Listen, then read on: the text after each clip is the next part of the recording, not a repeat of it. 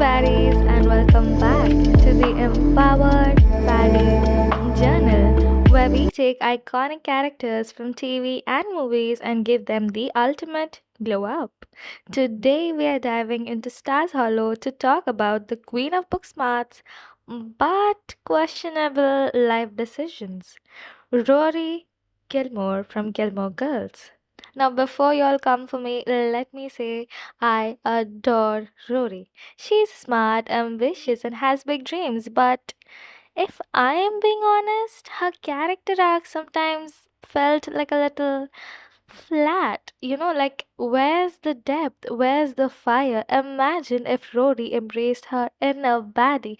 How different and, dare I say, how better her life might have been. Let's break it down. Okay, so let's start with what Rory got right. She's hardworking, she's polite, and that classic overachiever. She had big dreams of going to Harvard and later Yale, wanted to become a journalist, and her relationship with Lorelai was hashtag mother-daughter goals. And here's where the tea starts. Her good girl image became her biggest weakness. She was always playing it safe, afraid to take risks that didn't fit her cookie cutter image. It made her predictable. Like, I need you to remember be the calm. time she Calm about turned what? down a Calm about night what I have to out tell with you. Jess? What? Where are you? I'm all right Well, of course you're all right. Why wouldn't you be all right? because I got in an accident. What?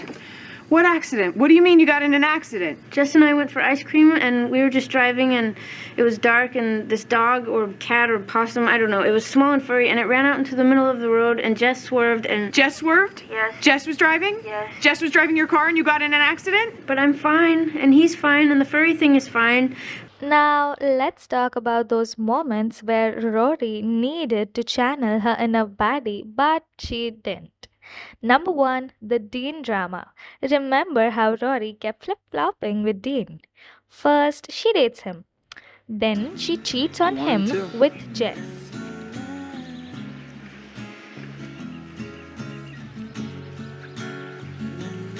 Then she cheats with him while he's married. Like, why are you settling for a guy who clearly doesn't align with your ambition or your energy? Me. Dean, this is about Harvard. Oh, well, excuse me. It's about Harvard. I forgot. Okay, fine. You're mad. A true baddie would have set clear boundaries, walked away, and realized her worth. Imagine Rory saying, Dean, you are sweet, but I am not here to be your comfort zone. I am aiming higher for myself and my relationships. Growth. The Logan proposal. So, Logan proposes and Rory turns him down, which is good for her, right? But the way she handled their relationship overall, like, why were you putting up with this rich boy nonsense for so long? Discussion about unsuitable people marrying into this family. What? I'll be right back. You should know better than this, Logan. I know you like to joke around and tease us, but I always thought at the end of the day, you understood what your responsibilities to this family were. Mom, I suggest you come back in here right now. Logan, you just haven't thought about this.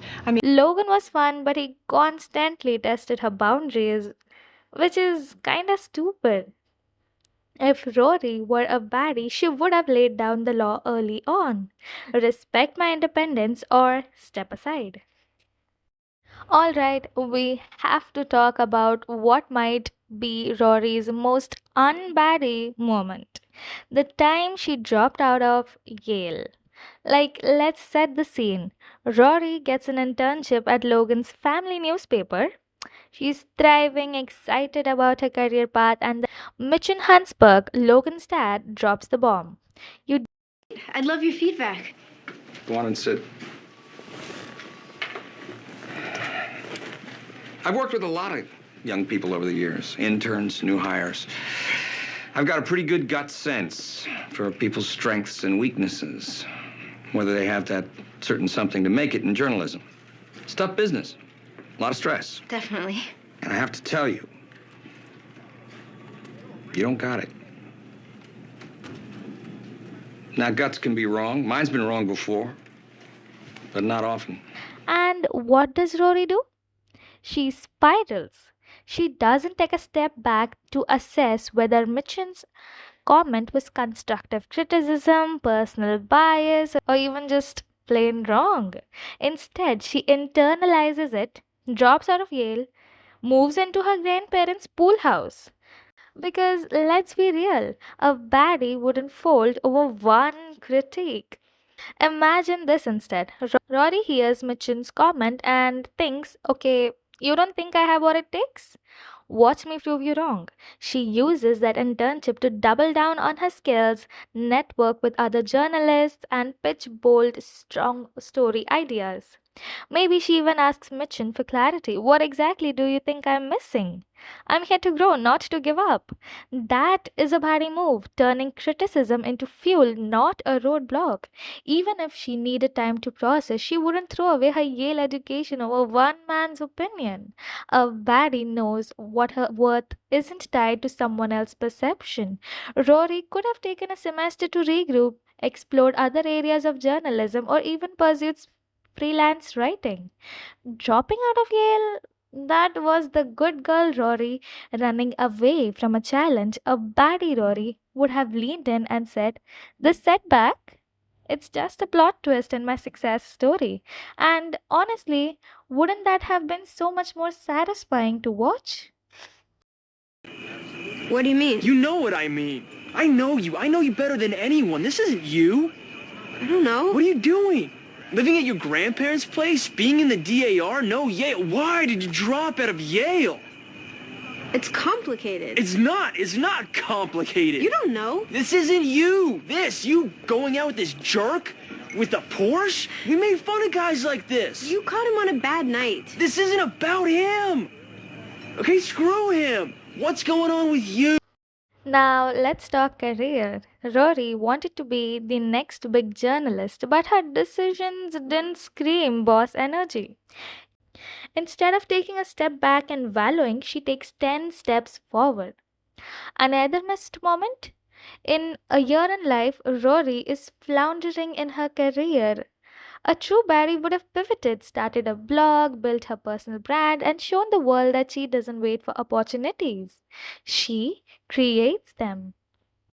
So, there you have it, a rebranded Barry version of Rory Gilmore.